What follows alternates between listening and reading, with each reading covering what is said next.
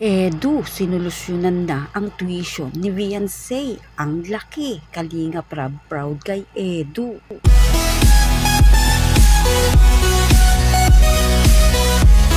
Kaka-proud si Edu, pati tuition ni Beyonce sinolusyonan na.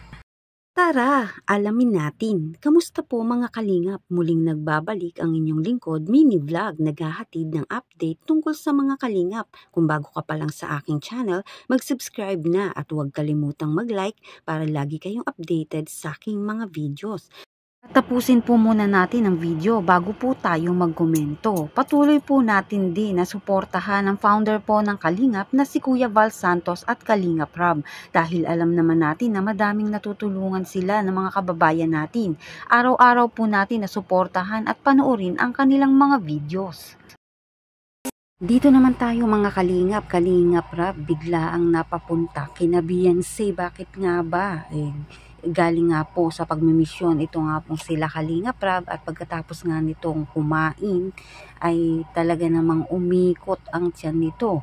Hindi nga lang yan sa bahay nila Beyonce, pangalawa na nga po yan, kaya talagang masama ang pakiramdam ng tiyan nito ni Kalinga Prab. Mabuti na nga lang po ay may mga malalapit nga po na mga bahay na kanila nga pong kakilala, kaya naman dahil sa mas malapit kina Beyonce kaya doon muna sila tumuloy. Kaya panoorin natin ang video nga po nito ni Kalingap J. Brad. Emergency.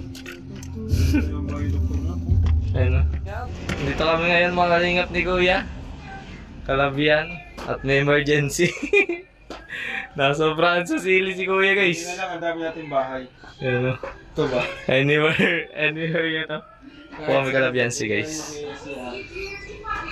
Kasi first meal mo na Kuya no? Yung kanina. First meal mo yung kanina. Grabe. Si Kuya guys, alam na. Mag-iiwan ng bakas. Kanina kalate Rachel.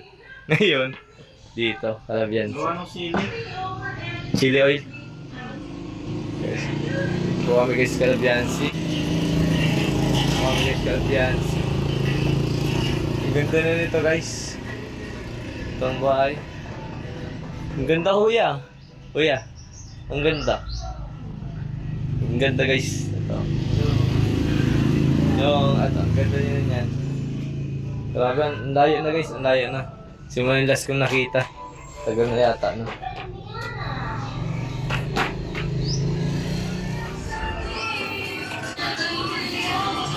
Grabe.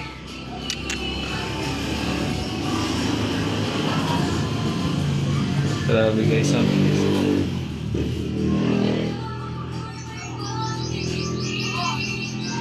Lakas ng aura ng micros guys oh.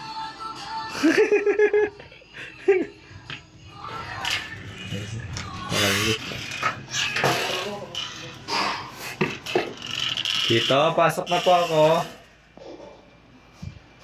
Oh, diyan ka pala. Diyan ka pala. Diyan si Kuya may kisiya. Si Kuya. Inabutan kami. Nasa mission po kami guys, inabutan. Tapos na ba ba? May tao pa. Guys, naglilinis siya guys. Inabutan. Buti na lang guys, marami si Kuya ano. Sige. Ha? Ay, wala. Hindi pa tayo. Kuya guys. Tanda mo ngayon Kuya, blooming ka talaga ngayon. Partida guys, wala pa yung gupit. Ay, nang blooming mo si Beyonce yun. Wala pong wiki. Nagugas pa lang yan, talagang ano. Ay, yan si Beyonce dito. Biglaan yung pagpunta natin dito. Tingnan mo naman napakasipag oh. Dami hugasan ni Beyonce oh. Ngayon guys oh. Nagugasan. Naabutan namin nila Kuya. Masaya na ako. Si Arwel Kuya. Si Arwel. Guys, kumain kasi kami na lunch. Tapos si Kuya mahilig si Kuya sa sili. Tatak Bicolano. So ayun, pati nga ako nasisir pero kaya ko naman.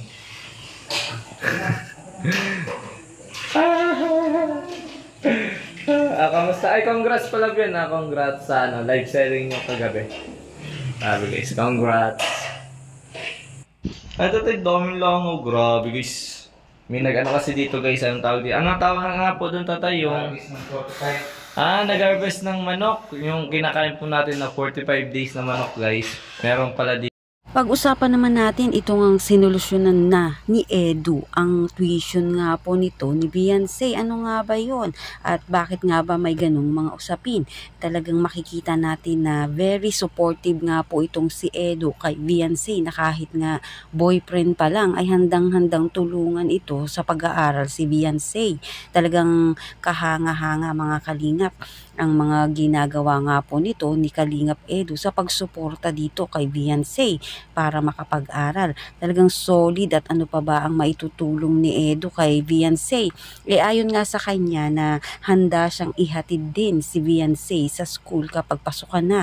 Gumising ng maaga para nga po maihatid itong si Beyonce, at masundo din po ay kanya rin nga pong gagawin, na talagang todo effort talagang itong si Papa Eds natin, na kahit alam naman natin na sobra rin pong busy ng taong ito, ay talagang gustong-gusto niya pong makasama si Beyonce. Kaya talagang lahat na lang ng effort ay gagawin talaga nito ni Papa Eds. At masasabi din natin mga kalingap na kahit busy talaga ay handang tumulong. At alam naman natin na maraming trabaho at gampanin ito nga pong si Edu, ngunit hindi niya nakakalimutan nga na suportahan at tulungan sa pag-aaral ito nga pong si Beyonce. Siya nga po ay nagbubus pa para lalong sipagin mag-aral ito nga pong si Beyonce, hindi gaya ng ibang boyfriend, sila pa yung nagiging dahilan para hindi makapag-aral ang isang tao. Kaya itong samahan ni Beyonce at Kalingap Edu ay talagang napakaganda, dahil nagsusuportahan silang dalawa, lalo na kay Beyonce na nag-aaral pa, talaga namang kailangan makapagtapos din syempre para hindi naman masayang ang mga tinulong nga po ng mga sponsor, mga kalingap, lalo na ni Kalingap Rab. Kaya todo suporta din kahit na ganito nga po ay malaki ang agwat ng dalawa at busy rin si Kalingap Edu at si Beyonce.